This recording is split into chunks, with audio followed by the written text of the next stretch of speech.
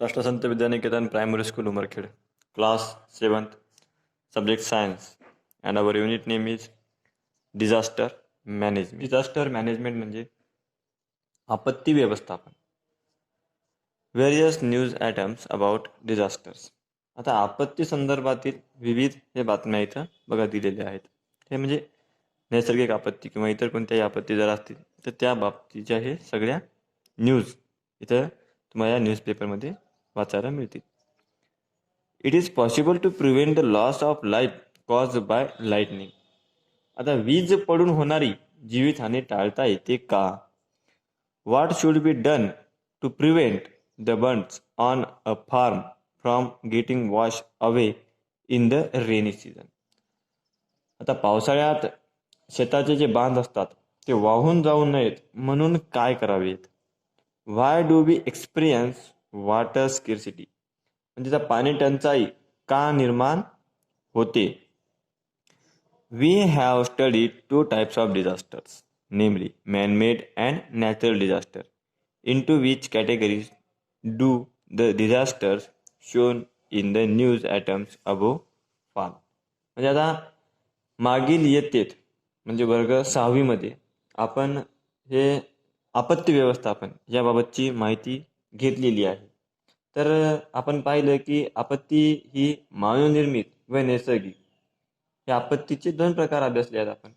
आता हे वरील जे बातम्या दिलेल्या आहेत या बातम्यांमधील आपत्तीचे याच प्रकारात वर्गीकरण तुम्हाला करायचे आहे.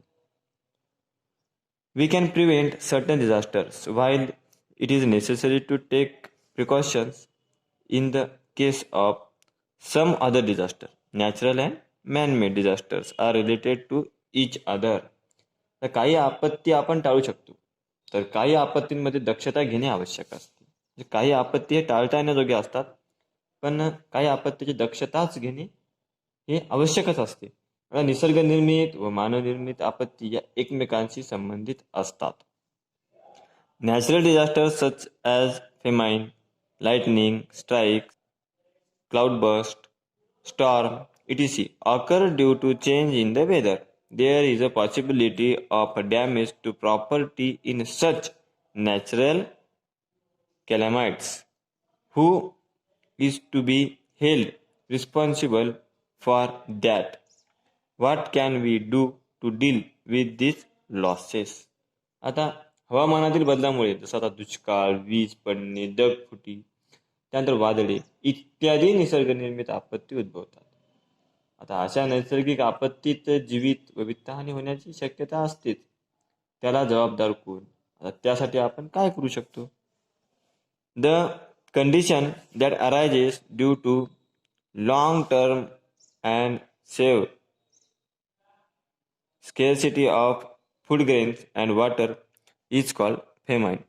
Famines can be very severe. Although the main cause of famine is a natural phenomena, yet a famine condition is created by some human activities besides some natural events. आता फेमाईन्स म्हणजे दुष्काळ. तर अन्नधान्याच्या व पाण्याच्या प्रदीर्घ तसेच तीव्र तुटवड्यामुळे उद्भवणारी परिस्थिती म्हणजे दुष्काळ. दुष्काळाचे सर्वसाधारणपणे सौम्य दुष्काळ आणि तीव्र दुष्काळ असे वर्गीकरण केले जाते. दुष्काळाचे प्रमुख कारण नैसर्गिक असले तरी काही मानवी कृतीमुळे तर काही नैसर्गिक कृतींमुळे दुष्काळाची परिस्थिती निर्माण होते. Causes of famine: drought, heavy rains and floods, crops getting washed away or damaged in the floods, environmental change such as temperature change, storms, cold waves or fog, damage of crop by animal like mice and rats, attack of pests, locusts or diseases of crops, a natural calamity like earthquake, etc. are some of the cause of famine. Of these, drought is the main cause. Man-made cause of famine includes war, international unrest, absence of transport routes, uncontrolled population growth, etc. म्हणजे आता दुष्काळाची कारणे कोणती? तर drought म्हणजे अवर्षण, अतिवृष्टी, व पुरात पिके वाहून जाणे किंवा पिकांचे नुकसान होणे यातील बदल, वादळे, थंड हवा, धुके असे पर्यावरणातील बदल तसेच पिकांवर पडणारी कीड. आता पिकांवर कीड पडते, त्याच्यानंतर पिकांवर आपण म्हणतो रोग येतात. तर तसंच उंदीर व घुशी हे जे शेतामधले असलेले प्राणी आहेत, तर इत्यादी प्राण्यांकडून पण पिकांचं नुकसानच होत असते. त्यानंतर भूकंपासारखी जे नैसर्गिक आपत्ती असते, अर्थक्वेक ज्याला आपण म्हणतो, तर इत्यादी दुष्काळाची ही काही कारणे आहेत. त्यापैकी अवर्षण हे दुष्काळाचे प्रमुख कारण आहे. दुष्काळाच्या मानवी कारणांमध्ये आता काही दुष्काळ नैसर्गिकरित्या बनवतात आणि काही मानवनिर्मित. आता मानवी कारणे कोणती, तर युद्ध, अंतर्गत अशांतता किंवा आता वाहतुकीच्या मार्गाचा अभाव, लोकसंख्येची बेसुमार वाढ या बाबींचा समावेश सुद्धा या दुष्काळाच्या कारणांमध्ये आपण करू शकतो. There are records of loss of life caused by severe famines in various parts of the world. Asia has turned out to be the most famine affected continent of the world. A majority of the famines occurred in a drought prone and flood affected region. Among the most dreadful famines that have occurred in the world are famines that affected India and China. जगात विविध प्रदेशात तीव्र दुष्काळ पडून त्यात प्राणहानी इत्यादीच्या नोंदी आहेत.